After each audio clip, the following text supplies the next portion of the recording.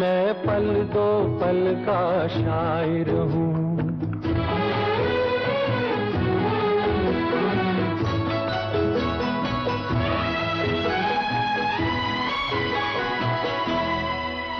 कल और आएंगे नगमों की खिलती कलियां चुनने वाले,